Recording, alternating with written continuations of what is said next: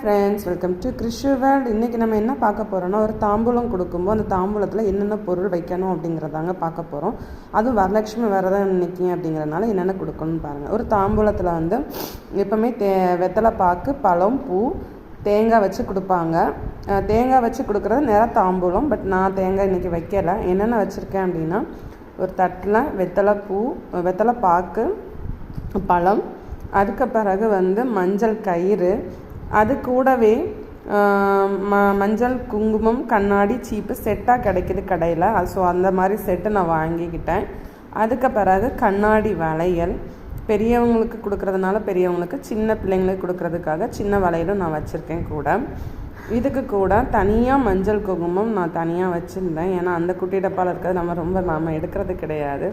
அதுக்கு பிறகு ஒரு பொட்டு, அதுக்கு பிறகு கண்மை, அதுக்கு பிறகு என்னென்னா மருதாணி.